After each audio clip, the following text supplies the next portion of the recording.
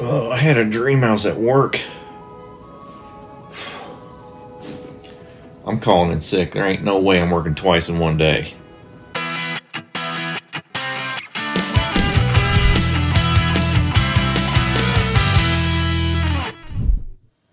What's up, everybody? Welcome back to the Daynator channel. Where Thrillbilly left off with Project Poorvette was he was trying to work out several electrical gremlins that was in his car, plus he serviced the car a bit more to get it running right. Well, in today's video, you're going to see just how brittle some of the parts of the interior are, and he's going to bring this interior up to the modern era with some LED lighting. Enjoy the video.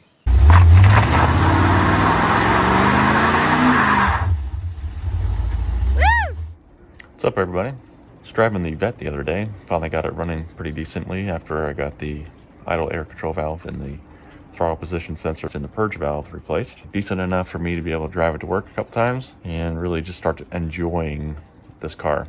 I still have a little bit of a stutter and hesitation when it's in gear and kind of at a stoplight or a stop sign or something. It wants to still kind of stumble on itself, but it's definitely running better. It's not running rich anymore, which is great. Still got some digging to do for perhaps like a vacuum leak or something. I don't really know. Anyway, the reason why I'm doing this video is because as I was driving home from work, it was getting dark, and so I had the lights on. But I kind of noticed the dash lights kind of flicker a little bit. It's like, uh-oh, that's not good. By the time I got home, the lights went out on the dash altogether. I realized that the tail lights, the driving lamps, the fog lights, none of that stuff is lighting. But I do still have headlights that turn on and off. It's likely going to be a fuse that's popped, or maybe it's some sort of a ground wire problem. Don't really know.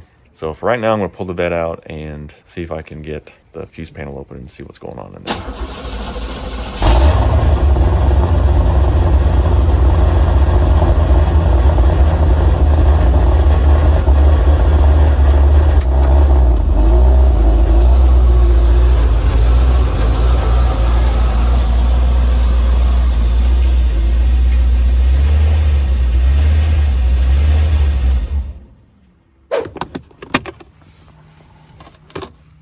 Alright, so according to my shop manual, it says if there's no taillights or side marker lights, check the tail fuse, which is that red 10 amp one. Yep. She's popped. I'm glad I found that. I'm glad that was the issue, that, you know, it was just a pop fuse and I can replace that and it'll function again. But what caused it to overload enough to pop? I don't know. Maybe there's a short somewhere, which is completely possible for this 1985 30-plus-year-old vehicle. This will fix all the issues I'm having just by putting this new one in. Let's pull the lever there and see what we get. Fantastic. I've got my lights back. Let me turn my fog lights on. All right, fog lights are back. Check the high beam. It's unusual when you hit the high beams. Usually the fog lights go out, but they stay on with this car. That's interesting. I don't care who you are. That's cool right there. While I got this door open, a little bit of an issue here. The door panel's wanting to come off. The previous fella decided to just throw a self-tapper in there and try to hold that on. I got a little bit of a short going on here. These screws are missing. Those screws are missing. So this whole panel is just wanting to come off. So I'm gonna go to my tool chest over there. Of course, I got the big giant snap here in the middle. And go to my tool chest, see if I can't figure out some way to get this to be a little more secure, because you can't even really grab the door handle and shut it, because you're just gonna pull the door handle off. Of course, probably see there, I got some wheel spacers. Thinking about getting these wheels to scooch out a little bit. They're a little too tucked in for my taste. So these are designed to fit on 4th generation F-body, just a reproduction set of wheels. Got my ghetto light going on down here. I'm gonna try to figure out how to get some LEDs in here so they'll run a little bit cooler. Metal heat shield is missing, and there's plenty of stuff underneath here that'll melt if I just put that up there. So, and I'm gonna just upgrade my courtesy lights to LED. So that's on the to-do list. But for right now, I'm gonna see if I can figure out how to get this door panel just to stay on here. Whew. Boy, that's crusty. So the homemade caulking job is nice for this moisture barrier, which isn't burying any moisture, which is lovely. Actually, it was pretty simple to get this to pop out. That's my power door lock, just pops off the back. I would really like to replace the window regulators because this window goes down terribly slow, and so does that one. You know, while you have all this stuff apart, it's probably when you need to restart replacing everything, but I don't have the money for those new parts at this point. Here's the door panel. This back pretty much cracks all the way through it, which is why this is now cracked up here. That's a separate piece, but it's all kind of inline cracking there. I'm going to work on taking this bulb out because I want to replace that with LED eventually. I don't have the LED bulbs now, and this is why my door handle grippy thing on the other side is really loose. This is all just broken and falling apart, which is great. I'm going to clean all my contacts for this plug, trying to figure out how I can get this removed without having to remove this whole door panel for future reference. Looks like there's a screw there and here, but I don't see anything on the front side. Yeah. So there's no hardware holding this black plastic shroud piece, and I know you can get a new one of these surrounds on the internet, and I might even look into figuring that out because this one's really brittle. There's a screw there. Okay, maybe. Okay, I see it now. 2 screws here. That holds this thing in. So I'll work on getting this taken out. Just some tabs at the top, so that should allow me to get that out. I'm really not going to be able to get at this screw here or this screw here with any kind of a screwdriver, so I've got this little ratchety deal.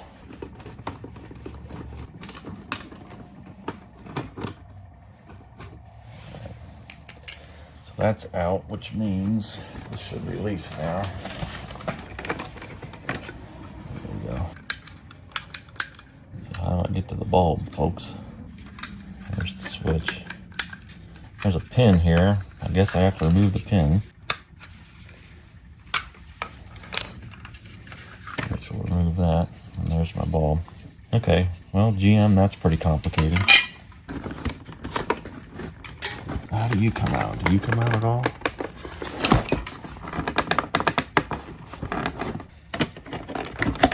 Oh, there we go. Something's happening. I'm going to get on the interwebs and see how much one of these are. I'm not going to worry about this door lock switch if I'm going to replace this whole thing. Plus, I'm going to take the time to find a new LED bulb to put in this. At this point, I'm going to leave everything just apart until I can find some longer hardware to go through that to hold that down. Anyway, I got a parts list running in my brain now. So I'm back in the garage with the 85 Project Corvette. The trim piece around the door panel, that the door latch and the locks and all that stuff is just crumbling. Yeah, because they still sell them, which is amazing. Found them online, saw the price, and decided I'll keep what I've got and just make it work. I went to the auto parts store today and spent way too much money on LED bulbs. Probably could have found them cheaper online. I just didn't want to wait for them. So what I'm going to do is put LED bulbs back into my door panels. I'm going to work on the driver's side as well and do that, because I figured out I can take that trim piece off without removing the whole door panel, which is what I was afraid of. So I've got a new power door lock switch to put on this one. I've already done it to that side. I'm going to replace the LED bulb in that door panel as well as this one, reinstall that door panel, and then the courtesy light in the back trunk area on the B-pillar, I'm going to replace those with an LED as well. Underneath the dashboard and the footwell on either side is an incandescent bulb, but there's really not a good replacement for that, well, at least at my auto parts store that was in. So I'm either going to have to find something online, or better yet, I think what I'm going to do is modify the harness on the 2 footwell lights to kind of get rid of that bulb with the hooks on the ends, and try to just use a standard 194 bulb, maybe 2. I don't know, something that is easily purchased and replaced. So I've got plenty of little sockets and connectors for that I might be able to just figure something out. I'm not going to mess with that today. I'm going to get the door panel put back in. Enough talking, let's get back to work. This is the bulb that goes into the footwell, and you can see it's got those little hooks on the sides. This one's a little harder to replace. I actually got on super bright LEDs and was able to get one of these in LED form for the dome light on my 97 Firebird, but it didn't hold up. For some reason, the little metal ends, the little hooks on the ends, it just separated, and obviously the bulb quit working, so wasn't going to go back to that route again. This is the bulb that goes into the door panel. It's got these caps on the end. I was able to find these in the store, and they do not have a direct replacement for this size bulb. This is what goes into the B pillar in the back. They just want you to replace it with a 194.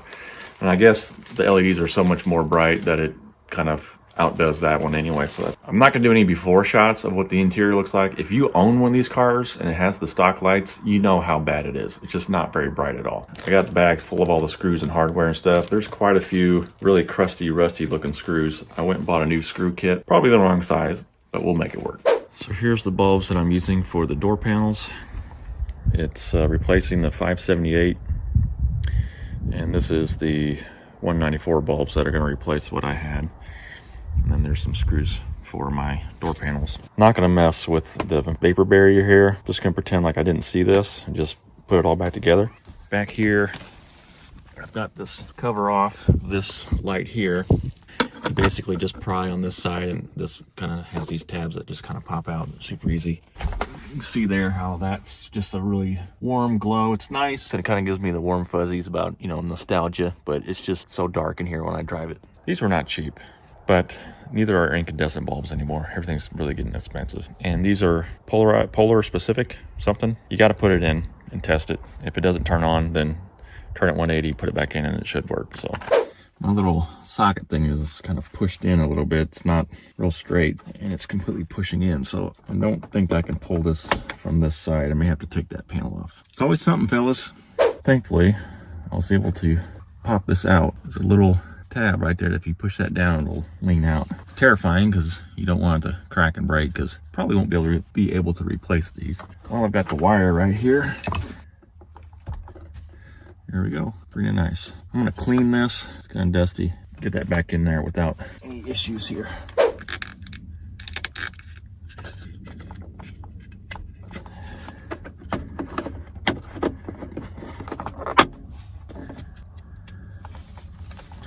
That's great. Tab broke off. Always nice. Obviously, that's a lot cooler the color than that. All right, got that one in too. So it's definitely not yellow anymore or orange. I would love to figure out if I can maybe somehow put one right here, make a provision for it or something. I'm not too worried about cutting into this plastic because it's already broken already. So maybe, I don't know, maybe I could find a dome light to be able to jump off of these lights here or something. Get the light bulb in there. Test on it. So this is the original incandescent bulb, and that's the LED version. See, it's got 3 little diodes in it. I don't know if these are polarized specific or not. Let's plug it into the harness here and see what we get. That's good. I'm gonna clean these contacts up. This is looking a little crusty in here. Well, as you can see, I've got the door panel off. It's not really possible to get this black trim piece out because of the wiper switch. I managed to crack this even worse, trying to get this out without taking the door panel off. What really makes me mad is I had this all off a few weeks ago when I was replacing that switch. So just making things worse for myself. I'm gonna struggle getting this off enough to where I can get this bulb out, probably break a bunch of trim pieces. It's gonna be hard to juggle a camera and doing that at the same time, so I'm gonna set her down. But I'm not gonna say this is the worst design. Yeah, I'm gonna go ahead and say it's the worst. This is terrible. Trying to get all this off without snapping pieces and breaking pieces. It's gonna be like 10,000 degrees.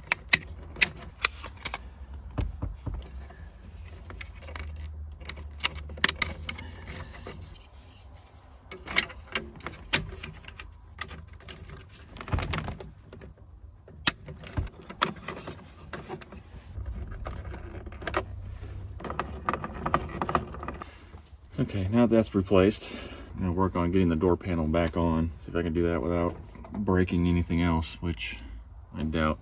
So I had the panel back on and realized that this button had broke. It's a hatch release button. I already have the passenger door panel off, so I robbed the switch off of that one in favor of this side, which means I had to take the door panel off again. And when I did that, the wiper switch, the last mounting tab, is now broken. So It's only being held in by hopes and dreams, but I'm going to work on getting all this hardware back in the door panel so I can get this thing done. This is a pain in the butt. Everything is more brittle than Betty White, so be careful, fellas, if you got one of these cars. All right, so one of the things I need to do is replace my power door lock buttons on here, and gotta get this out of there without breaking everything. This is another one of those GM and all of their wisdom things. There's no flexibility in these little tabs here at all. I can't even remember how I got the driver's side out. Probably destroyed the switch. It's winter months here and my fingers are gone numb a long time ago, so is the end of my nose. Really gonna have a hard time getting this out of here without breaking something. So for all you sadistic people out there, I'm not even gonna give you the pleasure of watching me try to get this out and actually seeing me break it. Managed to pop it out. That was terrifying. Here's a new one. Make sure it's facing the right direction. I don't want to do this twice. There we go. Praise the Lord.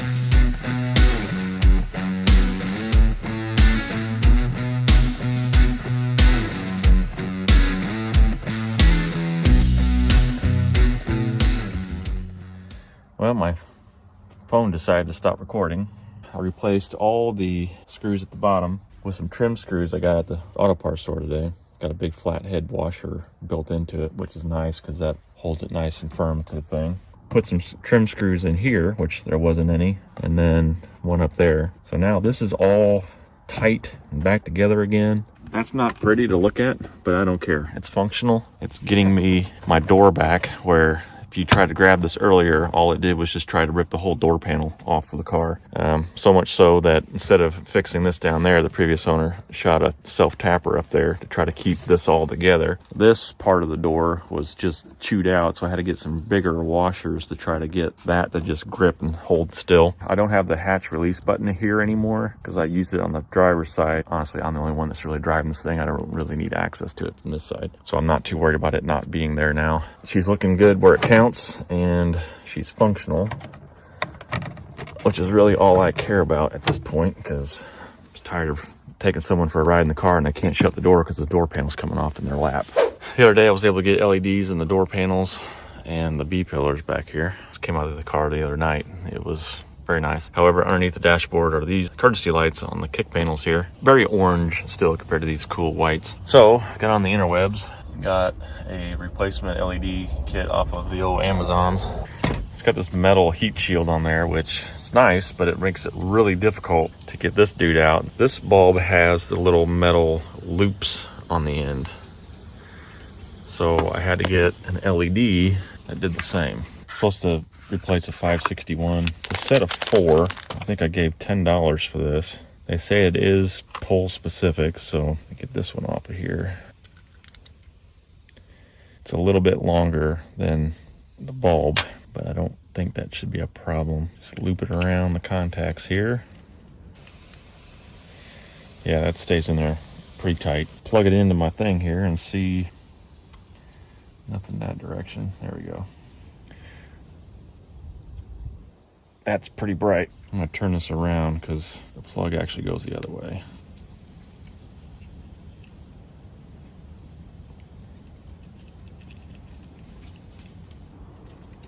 There we go.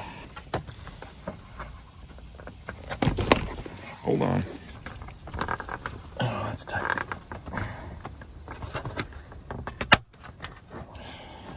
That's terrifying. I have light. Now it's just going to be a matter of just screwing that back under the underside. All right, so that's back in. Looking pretty decent. Let's work on this passenger side now. All right, this one's been dangling for a while. Just for comparison's sake, here's the stock bulb. Real yellow light.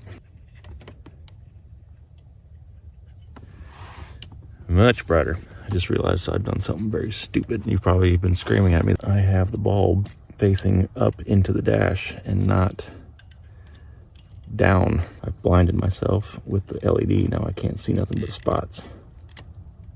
There we go. That's how it's supposed to be, facing down. Now I'm gonna have to go back over to the driver's side and turn that bulb around. Yeah, I'm a doofus.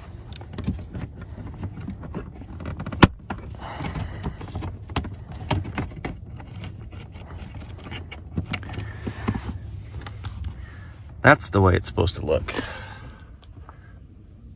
That's not it. That's it. It's a vast improvement over stock, so that's pretty fantastic. So I'm glad for that. I do not have any LEDs in the dashboard yet, and I'm debating on whether or not I'm actually going to do that or not. I've got to, as you can see, the film on my gauge instrument panel, the polarization film is fading, so I'm going to have to redo that. So I'm going to take this out to do that, and while I have it out, I'll probably replace the bulbs for LED. Let's check out these new LEDs on the interior.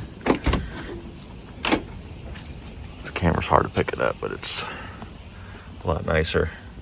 Definitely, well, you can see how dirty my carpet is. That's great. Between the door panels and the floorboards, that was just what I needed. I only wish I had upper light on the roof somehow. Everything's down low. Makes everything on the dashboard, the console, all that just kind of shadowed. You can't really see anything. Looking through the back hatch. Again, it's not being picked up really well on the camera, but pretty pleased with it. Well, just took her for a spirited ride around the neighborhood. Probably made a few people angry. I'm all right with that. Car is riding a lot better. Had Alyssa with me, and she remembers the first ride we had in this thing. It was coughing, barking, stalling, running really rough. I'm really happy how this thing is turning out. There were plenty of moments where I was ready to sell this thing because it was making me very angry. But it's still not 100%. It still has a little bit of a stall on me when I'm in gear and stopped at a stop sign or stoplight or whatever. Wants to kind of stall on me. I'm going to go through and just try to replace all of the vacuum lines that I can get my hands on. Everything underneath the plenum seemed to be okay when I did the fuel pressure regulator. I do have a lot of soft lines kind of going around places that it's looking pretty rough. Come spring, I'm going to fix up the rest of the paint. I was able to get the quarter panel touched up. I'm going to work on getting the hood done next spring. That's to-do list. A few little odds and ends on the inside, but I don't really know what I want to do with this car yet. Just was thinking about it as I was driving it around. If I can get this thing running 100%, autocross really sounds like fun. Or we'll just keep it for a Saturday cruiser and just have some fun with it that way. I don't really know. This car does want to shimmy and shake when it gets into high speeds, theoretically high speeds. So I think a bushing kit around the car is going to be needed. I know the trailing arms, the rubber in it was pretty deteriorated. So before I do anything, throwing this car around in any kind of curves or anything, I want to get that straightened out before I do. So maybe you'll see that in a future episode of Project Poorvette. Anyway, that's what we got for this one. Appreciate you guys watching. Thrillbilly here. You're watching the Day and Age channel. Hit that like switch on your way out. God bless. We'll see you next time.